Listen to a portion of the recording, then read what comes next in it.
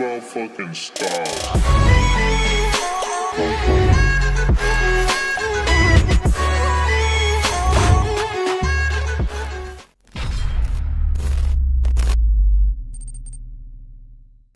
Hi all, I hope you're doing well. We meet again today for a new high-tech video, and we continue with our birthday and anniversary gift idea series. And although hybrid cameras are taking a big place in the photo market, professionals and photo lovers tend to prefer reflex cameras. That's why today we offer a top with the best 2021 reflex cameras. Exceptionally, the products presented here are not all in the same range. Indeed, we've decided to present products for all levels. Before going further, I also remind you that you can find all the details about the products linked in the description. Don't forget to subscribe to our channel to see or review all our videos, and click on the notification bell to not miss any of our future videos. Smile, and let's discover the best 2021 SLR cameras right away. Number 1. Nikon D780. We start right away with Nikon and this professional model. The latest model keeps its modern and efficient references. It keeps its 24 megapixels, which it uses with brio. However, it is a small size compared to others in this range of SLRs. It is not a featherweight, and its solid block suggests a capacity to withstand all the hazards of life and travel. The body is sober, and the shortcut keys and controls are numerous. The control screen on the right shoulder remains practical and intuitive. The menu is intuitive as ever, and the touchscreen is very pleasant to use. It makes navigation easier, however, you will have to forget the possibility to move it. No kneecap will allow it.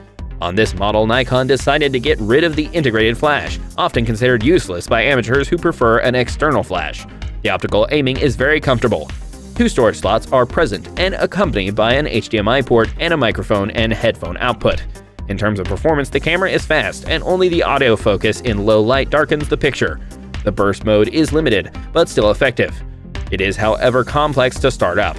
The electronic noise management is excellent, up to ISO 6400. Finally, concerning the video, Nikon offers a 4K UHD recording at 30 frames per second. If you want to shoot at 120 frames per second, you'll have to switch back to full HD recording. The quality of a video image remains good. Concretely, we like the management of the sensitivity and low light, the responsiveness and effective tracking autofocus, the pleasant optical viewfinder, the double storage space, the tropicalization, and the headphone and microphone jack. On the other hand, we regret the limit of recording at 30 frames per second, the burst mode with tracking which remains a little bit tight, and the management in highlights also limited.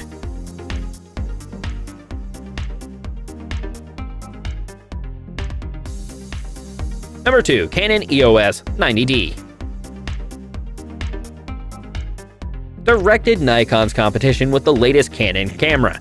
Here again, the brand identity remains intact. The 90D is intended to be a camera with a large photographic potential. A little lighter than its big brother, the design doesn't change a bit. Like Nikon, the body is not as small as a compact, but not as imposing as the old Reflex models either. The template is well positioned between ergonomics and compactness. In addition, there is a well-marked handle. The optical aiming is pleasant. The screen on the right shoulder is also large and displays all necessary information. The general construction seems solid, with finally the arrival of a weather resistance. However, the housing seems hollow and the plastic construction is not sexy, especially for a so-called high-end housing. The camera is mainly intended for advanced photographers with an impressive number of buttons and possibilities. However, beginners will be able to find their way around by taking the time to get the grips with the body. The menu is accessible and fast, but the choice of customization of the menus remains limited. The touchscreen on a patella allows you to film and see the rendering directly. This is one of the big advantages compared to Nikon. On the performance side, the reactivity is very good thanks to the arrival of the DIGIC 8 processor, which significantly improves the performance of the camera and especially the speed. The burst mode is well mastered, as well as the electronic noise management up to ISO 6400. On the other hand, the latitude table is still accurate, especially for a product of this range. Finally, regarding video, the Canon remains number 1.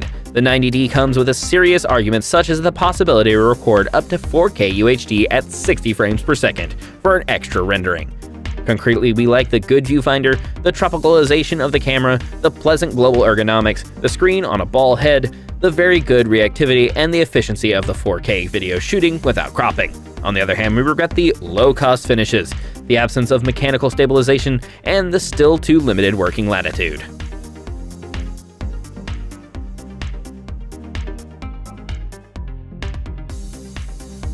Number 3. Pentax K70. We end this part on the professional devices with the Pentax brand.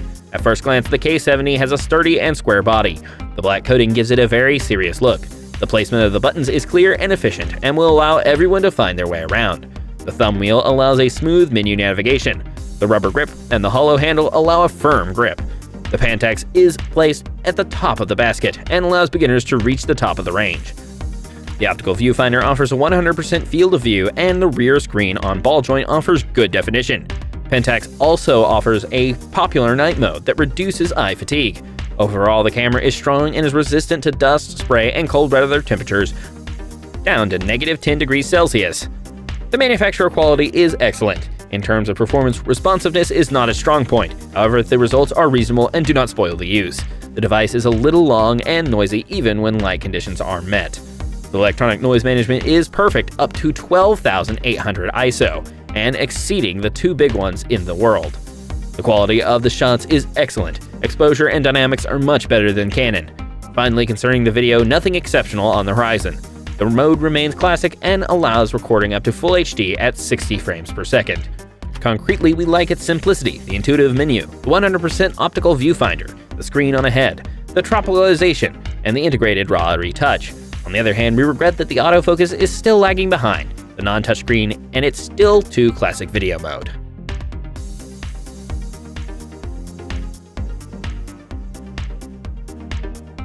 Number 4. Nikon D3500.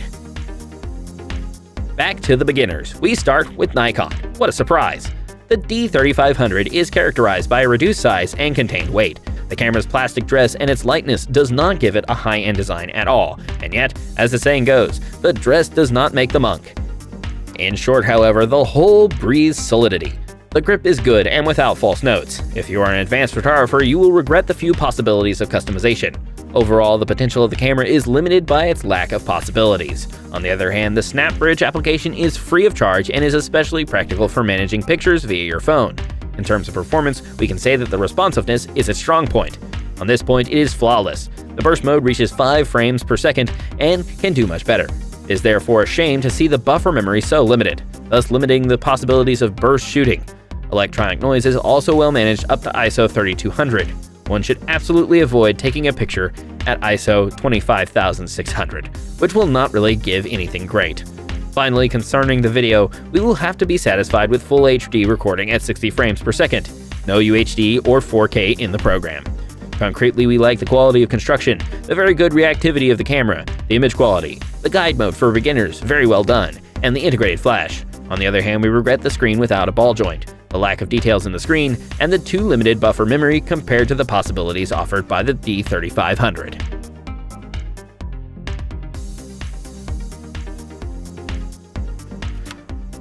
Number 5. EOS 250D.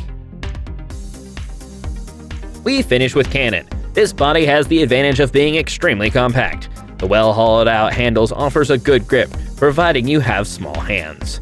The big ones of this world will be a little more embarrassed. Canon decided to purify the shooting modes wheel and to leave only 7 of them. The choices are judicious and practical once in the field.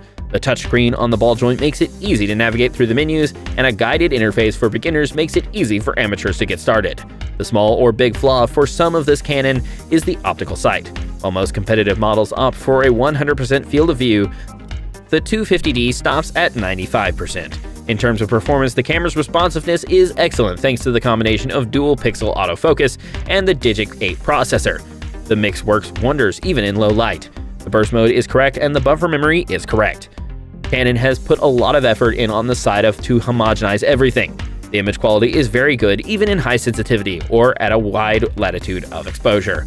Electronic noise management is very well managed up to ISO 3200. Finally, concerning the video, the camera allows recording in 4K at 30 frames per second at the price of a large cropping. Too bad. Moreover, in recording in Full HD will not escape it either. Concretely, we like the user-friendly menu, the screen on a ball head, the fast hybrid autofocus, and the image quality. On the other hand, we regret the optical aim, a little narrow, the lack of sensor stabilization, and too few features and video cropping. And that's it for today, folks. So what do you think of these models? If you have any questions, feel free to ask us as a comment. if the video has you more let loose on the blue thumb. I remind you that you can find all the details about the products in the description. Don't forget to subscribe to our page to see or review our videos and click on the notification bell so you don't miss any of our future releases. On these good words, see you soon, take care of yourself, and goodbye. Everybody, it's me, Nathan, the English voiceover guy for aTech English. Hope you enjoyed the video. If you'd like to hear more from me, you can find my YouTube channel here on YouTube. It is Nathan Blake Games. We play indie horror games and always have a good time. You can find a link in the description or on the end card. Thank you so much. Have a wonderful day, and sayonara.